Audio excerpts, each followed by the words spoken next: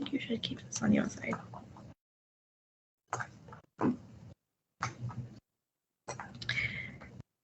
Good afternoon, everyone.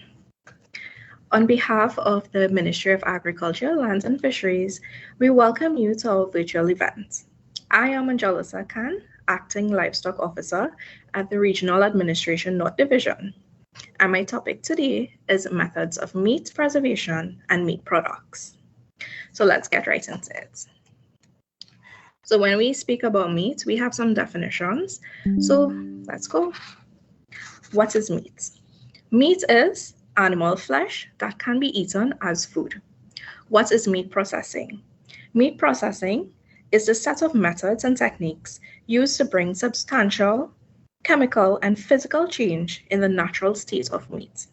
So meat processing, or the processing of meat, involves slaughtering of the animals, cutting the meat, inspecting it to ensure that it is safe for consumption, packaging, processing it into other products such as sausage and lunch meats, delivering it to stores, and selling it to customers. All that falls under meat processing. So what is meat preservation? Meat preservation helps to control spoilage by inhibiting the growth of microorganisms, slowing enzymatic activity, and preventing oxidation of fatty acids that promote rancidity. Later on, we'll get more into what is meat preservation. So what are some sources of meat for consumption? I know in Trinidad, we eat a lot of meat. So let's get into these sources of meat. There's cattle, both dairy and beef meats, water buffalo, goats, sheep, pigs, poultry. And under poultry, it's a wide range, such as chicken, ducks, turkeys, guinea birds, quail, geese, wild ducks. Then we have rabbits, fish, and shellfish. And again, in Trinidad, we have wild meat. So you have like peccary, which is the wild hog, or the quenk, deer, agouti, lap, mat, and our famous manikou. So some of the animal meat cuts that we have in cattle, which is both dairy and beef breeds. So the cuts famously used are the round, loins, brisket, and ribs. From these parts, we'll get like the ground beef, stew, and in the loins, we all know the short loin, sirloin, the filet mignon, tenderloin steak, the T-bone. So, and of course, we know the ribs. Pigs. So we use the shoulder, loins, belly, and legs. But the pig is one of the animals that perfectly represents the possibilities of a full animal butchery.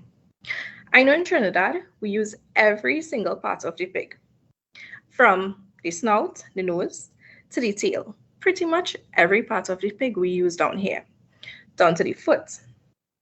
You see, the fat of the pig can be rendered, the skin crisp, the offal, the offcuts, everything. We use every part of the pig except the lungs. Then we have the sheep and the goat. So the famous cuts, again, the shoulder, breast, rack, the loin, and legs. We use these parts, and I'm sure everyone knows them. The chicken is no stranger to us. The chicken, the ducks, geese, we all use the breast, the wings, legs, thighs, and it's a famous meat in Trinidad. So what is preservation of meat, right? We go into how to preserve these cuts that we just spoke about. So meat preservation, like the definition said, it inhibits the growth of microorganisms, slowing enzymatic activity, and preventing oxidation of fatty acids that promote rancidity. So basically, what this definition is telling us is that it preserves meat, so the inhibiting of growth microorganisms. It's preserving meat, aids in blocking or stopping the growth of the known microorganism. And you know what that is? Bacteria, yeast, and molds. We all know that. It also slows down the rate at which enzymes, all meat produce enzymes, present that deteriorate or rot the meat. So it slows down that preservation, slows down that process. Preservation also prevents the fatty acid in the meat from reacting with oxygen, which alters the composition and many other factors of meat, such as the aroma or smell, flavor, color, loss of certain nutrients, and the formation of potentially harmful substances, which can lead to the reduction of shelf life of the meat. So why do we preserve meat? Because, like the definition says, to delay product spoilage, to extend the shelf life of the meat, and to improve the quality. So that basically you're adding flavor to the meat. That's why we will preserve meat, or just to have it for a longer period of time. So what are the preservation techniques? So we know why we preserve. So what are the techniques? Basically, is the chilling, refrigeration, we all know, freezing, cooking, drying, salting and curing, smoking, canning, and fermentation. So let's get into how to preserve the meat using these techniques. Chilling and refrigeration.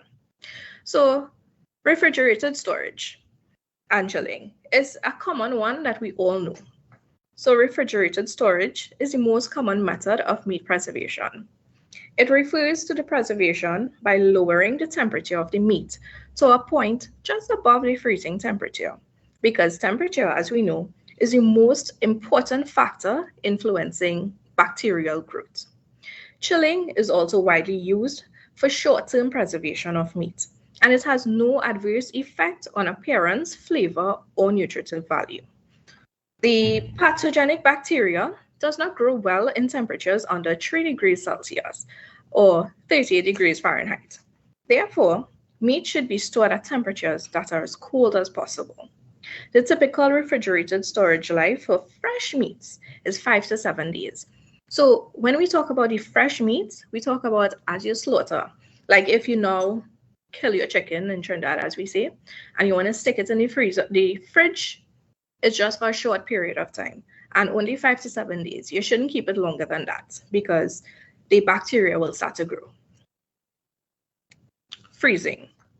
So what is freezing? Freezer storage is also an excellent method of meat preservation. It is important when we stick our meat in the freezer to properly wrap the meat closely packed together so that it would limit the air contact with the meat in order to prevent moisture loss during storage. And moisture loss can happen, and this will cause freezer burn as we know it. The length of time meats are held at a frozen storage also determines the product of the quality of the product. So the typical freezer storage temperature is minus 18 degrees Celsius or 0 degrees Fahrenheit. That's freezing point. So freezing completely stops enzyme activity and stops the spoilage of microorganisms like the bacteria, yeast, and molds. Under the optimum temperature, once meat is properly stored, so beef can be stored for 6 to 12 months in a freezer, lamb 6 to 9 months, pork 6 months, and sausage products 2 months. Cooking preservation. So cooking preservation works by heating the meat to high temperatures to kill the microorganisms. And by now we should know what the microorganisms are: bacteria, yeast, and molds. So there are 2 types of cooking preservation: pasteurization and sterilization. So the pasteurized cooking, the optimum temperature is 150 to 170 degrees Fahrenheit or 65 to 75 degrees Celsius. It kills most microorganisms, but not all. After the meat is pasteurized, it must be refrigerated. So although you add heat, it's not for a long time, so you have to put it in your fridge. You must chill it. Sterilized cooking. So sterilized cooking, the products cooked under pressure. So you would add pressure to the meat, and the optimum temperature is 250 degrees Fahrenheit or 120 degrees Celsius. All the microorganisms are killed in sterilized cooking, and now the products are shelf stable, so it can last longer on a shelf as compared to pasteurized cooking. So basically an example of sterilized cooking would be like canned meats. Drying. So another method of preservation is drying. What is drying? Drying is another common method of meat preservation. Drying removes moisture from the meat products so that microorganisms cannot grow. The meat that you desire to dry should be cut into thin slices before placing it into a dehydrator or oven. The optimum temperature for drying meat in a dehydrator is 130 to 140 degrees Fahrenheit, basically 65 degrees Celsius. So remember, when you're drying meat, water is required for all microorganisms to grow like any living thing. So no water, no growth. Salting, curing, and smoking is another method for meat preservation. So meat curing and smoking are the two of the oldest methods of meat preservation.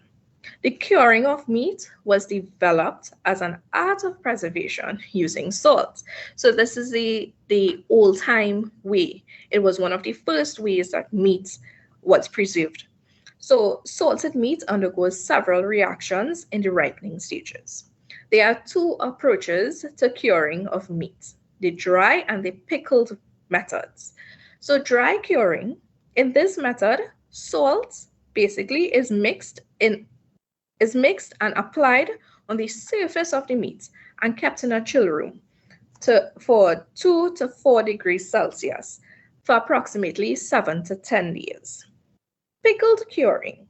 In this method of curing, the meat is immersed, or you put it in a pickled solution, or as we well know it as brine. It's a salt mixture dissolved in water. Normally, the mixture is a mixture of table salt, or sodium chloride as we know it, and sodium nitrite. The meat is then left in the solution for 5 to 10 days, followed by the application of dry salt mixture on the surface of the meat. The meat is then kept at 2 to 4 degrees Celsius, chilled again for another 5 to 7 days. So it's not a lot of additives in the curing process of meat. It's basically table salt, normal salt. There are other additives, however, that can be used in the brine solution to cure meats. They are vinegar, citric acid, benzoic acid, sorbic acid, and lactic acid. But when these acids are used, the flavor of the meat is changed. Sometimes the meat can become sour in excess. Smoking is the other one to this curing method. So smoking is an integral part of the curing process of meat. As one of the oldest methods used for the preservation, smoking maintains flavor and the color of the meat. Smoking leads to drying of the meat, which tends to preserve the meat through chemicals in, of course, wood or sawdust, because we want to smoke. In order to smoke meats, a special room or a set place, designated area, is there to smoke the meat and the smoke that is produced by the burning of the wood or sawdust. So there are some types of wood that are used in the smoking process, and one of which is the hickory wood. And we all know about the famous hickory smoked hams. And another type of wood is the oak or the maple. And this process of smoking goes on for 3 days. Canning, another method. Canning involves sealing meat in a container by preventing the escape or entry of air and then heating it to destroy all microorganisms capable for food spoilage. So in canning, a pressure canner is used to safely can low acid foods. And what are low acid foods? Red meats, wild meats, poultry, seafood, and fish. So the growth of the bacteria, and I'm going to name a bacteria now that is known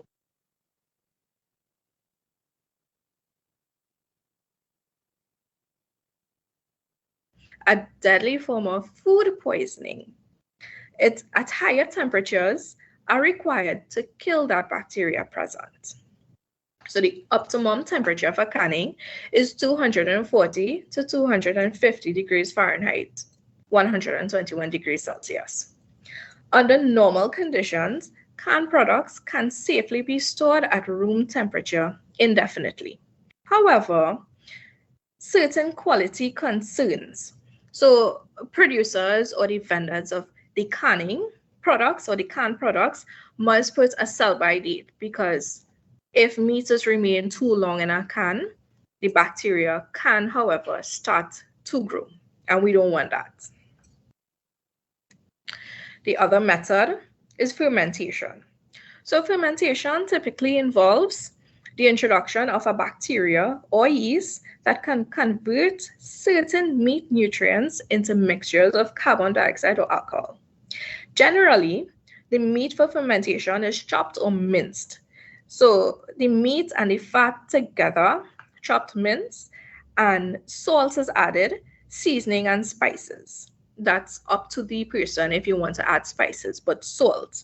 And it's stuffed into a casing and then ripened and dried. So the bacteria that is introduced is the lactic acid bacteria, the lactobacillus species. The yeast introduced is a Candida fermata. That is what we normally would use when baking breads and stuff. So the meat must be fermented in an environment without oxygen. Removing the oxygen is essential for the meat to correctly dehydrate and without the possibility of harmful bacteria to invade. The fermentation of bacteria is usually introduced in controlled amounts. You don't want to add too much, you don't want to add too less.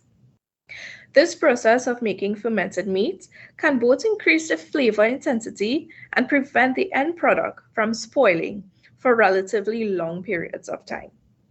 Successful fermentation of meat can only be accomplished under specific environmental conditions in order for the end product to be completely safe to eat. Fermented meat produces a tangy flavor and a special texture. I know we love fermented meat because we eat a lot of salami and pepperoni. So what are the advantages of meat preservation? So basically, the definition of what is meat preservation tells us in a nutshell what are the advantages. Extended shelf life, the masking of the odor, color, and other attributes of meat. So you're not going to have that fresh smell of meat. Minimizing waste to consumer and processor, meaning that we can use all parts of the animal. Ready to eat foods, so like our hot dogs, ready to eat, and a convenience to customers or consumers. So what are some of the value-added meat products? So we'll just recap what is value-added. So a product is classified as value-added if its raw material has been processed to achieve an increased market value. So value adding typically involves a significant transformation of the product from raw to spiced or cured, from improving the eating characteristics of secondary cuts to transforming inedible core products into edible final products or raw ingredients for industries. So processing meat to value-added products also contributes to sustained demand for meat and efficient marketing of meat to earn reasonable returns from meat animals by farmers. So what is the purpose of adding value to meat? To provide a variety of meat products. So instead of just having raw meat, we have a whole chain, a variety of meat products. To increase demand and marketability and meet lifestyle requirements, healthy meat products, to utilize different carcasses beneficially and to utilize different byproducts, to incorporate non-meat ingredients for quality and economy, and to preserve, transport, and distribute to larger populations. So what are the types of value-added or preserved meat, you might ask, after all that curing and preservation? So processed meat, the first one, processed meat. So processed meat products are those that are chopped and developed into a product that has additives and a different texture than the original meat. Many common types of prepackaged meat-based foods fall into this category, including our lunch meats, sausages, canned meats. Cured meats, another type. This meat that has been cured usually retains the shape and texture of the original cut of meat. Cured meat is treated for a long period of time in a liquid solution, which may contain many ingredients, but always a high concentration of salt because we're using salt to cure the meat. Most hams, and I know we eat a lot of ham in Trinidad around Christmas time, most hams are cured with a combination of salt and sugar. And corned beef, we know, is cured with a spice salt solution. Then we have smoked meats. Smoked meats are those that have been preserved using heat, smoke, and often salt. Typically, the flavor of smoked meat comes from the type of wood which is used for smoking. And I explained the hickory wood, our hickory smoked hams, maple, and oak. Pickled meats. Pickled meats or pickling meat is a method of preparation that closely resembles curing, but with the addition of vinegar to the solution, to the salt solution that we had before. This combination of salt and vinegar that is allowed to seep into the meat gives a sharp, nice flavor. Because of this, this method is commonly used in traditional areas. And a perfect example of our pickled meat here in Trinidad and Tobago is pig foot. I know we love that pig foot and the pigtail. Another meat is fermented meats. So fermented meats are generally ground, spiced, and made into sausages in a casing. These meats can also be smoked, cooked, cured, or uncooked. After the meat is prepared, it is generally left to dry or ferment on its own. So I know our common types of fermented meats are pepperoni, salami, and I know we love our gyro here in Trinidad and Tobago. So what are some value-added products of meats? So the processed meat products are like hamburgers, fried sausages, chicken nuggets, meat slices. Our cured and dried pickled meat products will be like cured beef, jerky beef, ham, bacon, saltfish, smoked herring, and pig foot, also pigtail. Fermented meat products, salami, gyro meats, pepperoni. And the canned meat products are bacon, meat strips, sausages, tuna, and sardines. So what are some tips as a consumer? Never store different types of meat in the same container. You don't want to do that because it's going to cross-contaminate. Avoid keeping fresh meat and cooked meat near. This can increase the chances of contamination of the cooked meat. You don't want what's on the fresh meat on the cooked meat. Defrost the meat for 10 to 12 hours before cooking. Allow it to slowly thaw in the fridge. I know our culture is to take our meat out of the freezer, put it in a bowl of water, and you let it thaw. Well, that is not really a good way. It might be an efficient way for us, an easy way out to defrost. But the right way is to allow your meat to thaw for 10 to 12 hours in the fridge before you cook it. And always refrigerate your meats. You don't want to leave anything outside for it to spoil. So if you are interested in making chicken ham, there's a video on the ministry's Facebook, YouTube channel, and you'll find that video. So you'll get a step-by-step procedure on how to make chicken ham. Thank you. And do we have any questions?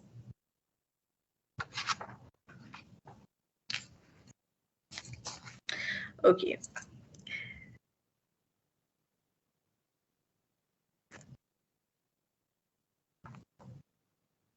So if we have no questions,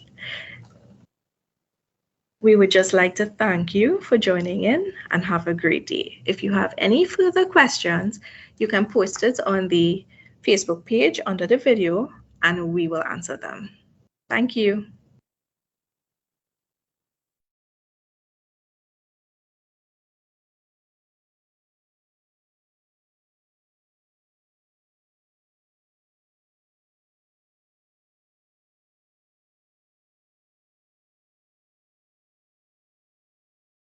project.